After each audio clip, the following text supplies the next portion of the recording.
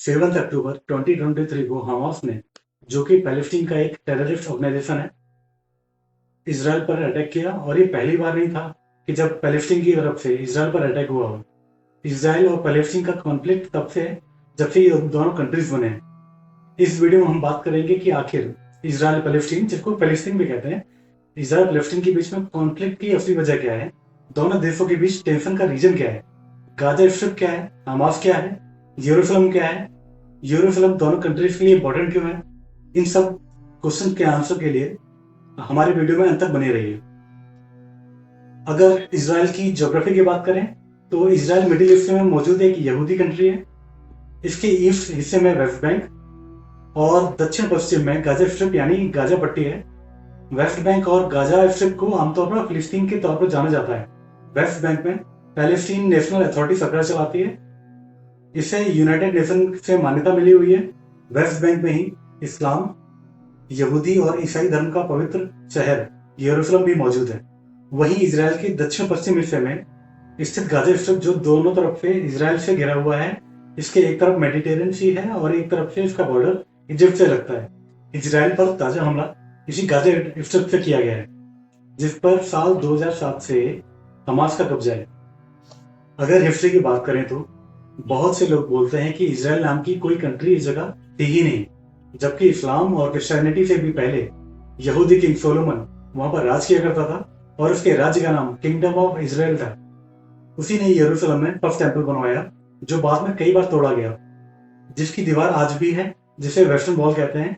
और इसी western wall को इजरायली लोग बहुत पूजते हैं और वहां पर प्रेयर करते हैं। ईसा मसीह भी यहूदी थे, हालांकि बाद में उन्होंने यहूदी मान्यताओं से हटकर एक नए रिलीजन क्रिश्चियनिटी की स्थापना की। जीसस की पॉपुलरिटी को बढ़ता देखकर तब के यहूदी राजा ने उनको क्रॉस पर लटका के मार डाला। क्रिश्चियन हमेशा से ज्यूस को जीसस की मौत का जिम्मेदार मानते थे, और जब रोमन एम्पायर में क्रिश्चियनिटी का इन्फ्लुएंस बढ़ा तब ज्यूस का प्रोसिक्यूशन होने लगा। ज्यूस अपनी सर्वाइवल के लिए यूरोप की अलग अलग जगहों पर फैल गए। बाद में पैलेस्टीन के एरिया पर ओटोमन एम्पायर ने कब्जा किया। ज्यूस का हर जगह प्रोसिक्यूशन ही हुआ। ज्यूस को हमेशा से ये लगता था कि उनकी खुद की कंट्री होना बहुत जरूरी है। किसी दूसरी कंट्री में हमेशा ही उनको सेकंड ग्रेट सिटीजन ही समझा जाएगा। सेकंड वर्ल्ड वॉर में ज्यूस ने ब्रिटेन का साथ दिया, और साथ देना उनकी मजबूरी भी थी। अकेली जर्मनी में 60 लाख ज्यूस को मारा गया था। यही हाल जर्मनी की फ्रेंडली कंट्रीज में भी हो रहा था। जब सेकंड वर्ल्ड वॉर में ब्रिटेन और उसके एलाइज की जीत हुई तो ज्यूस को ब्रिटेन का साथ देने के लिए इनाम मिलना पक्का हो गया। सेकंड वर्ल्ड वॉर के बाद में यूएन में इंग्लैंड और अमेरिका का ही सबसे ज्यादा इन्फ्लुएंस था, तो उन्होंने बेल्फोर डिक्लेरेशन, जो कि फर्स्ट वर्ल्ड वॉर के टाइम में हुआ था, उसके अकॉर्डिंग ज्यूस को एक नया देश दिया। 29 नवंबर 1947 को यूनाइटेड नेशन ने यहूदी और अरब राज्यों में विभाजित करने का फैसला किया गया। प्रस्ताव के तहत यरूशलेम को यूएन के अंडर में रखने का फैसला किया गया। अगले ही साल इसराइल ने अपनी आजादी का ऐलान कर दिया। इसराइल ने जैसे ही अपनी आजादी का ऐलान किया, उसके महज 24 आवर्स के अंदर सारे अरब देशों ने मिल करके उस पर हमला कर दिया। करीब एक साल तक चली इस लड़ाई में अरब देशों की सेनाओं की हार हुई।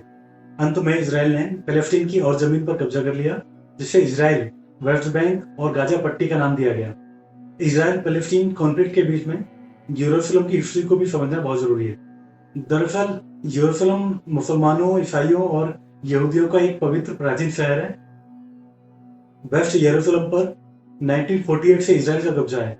यहाँ पर यहूदी मेजोरिटी है, वहीं ईस्ट यरूशलेम में फिलिस्तीनी मेजोरिटी है। इस हिस्से में अल-अक्सा मस्जिद परिसर सहित यरूशलेम का पुराना शहर है। 1967 में यरूशलेम ने इस इलाके पर कब्जा कर लिया था। दरअसल अल-अक्सा मस्जिद इस्लाम का तीसरा पवित्र स्थल है।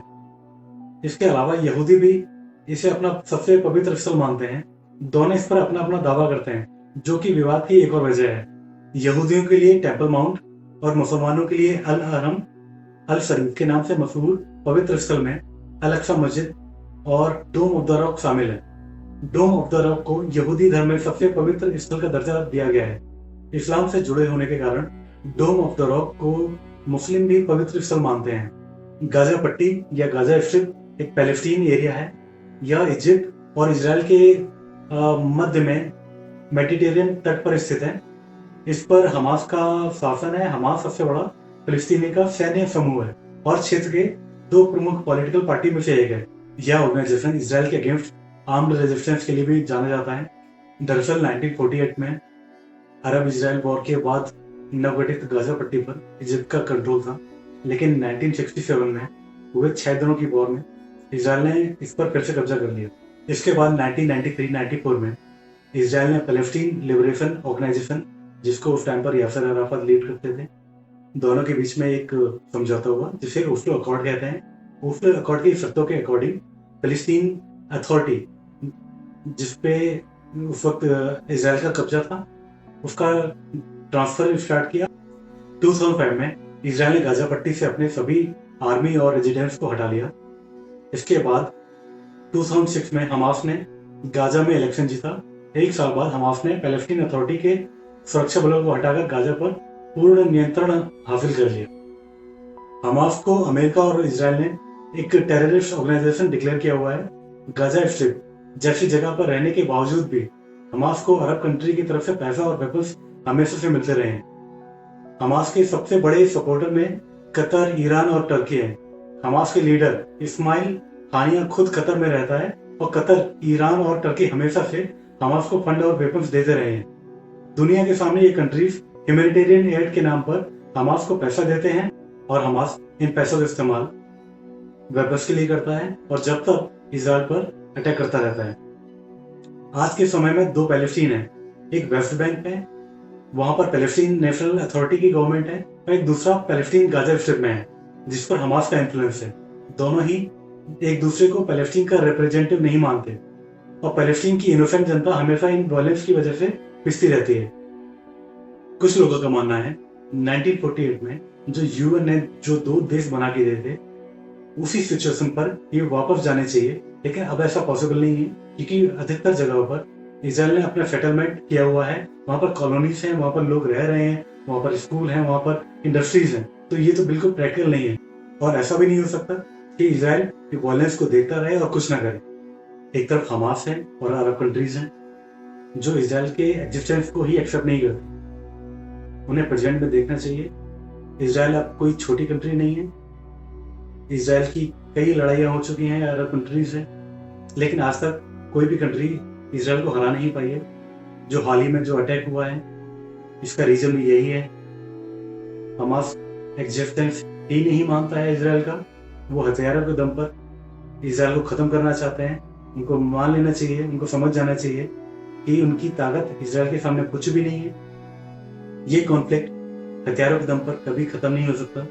हमास को, इसराइल को, दोनों को टेबल पर आना चाहिए, पैलेस्टीन को टेबल पर आना चाहिए और एक पीसफुल टॉक करनी चाहिए, जिससे ये कॉन्फ्लिक्ट खत्म हो और वहाँ की जो जनता है, जो पैलेस्टीनियन है, अरेबियन है और जो इजरायली हैं, जो यहूदीज हैं, वो एक शांति से एक पीसफुल एक जीवन जी पाए। आप भी कमेंट में बताइए कि इस कॉन्फ्लिक्ट का कैसे सोल्यूशन निकाला जा सकता है, और अगर आपको ये वीडियो थोड़ा भी अच्छा लगा हो तो चैनल को सब्सक्राइब कीजिए। Thank you.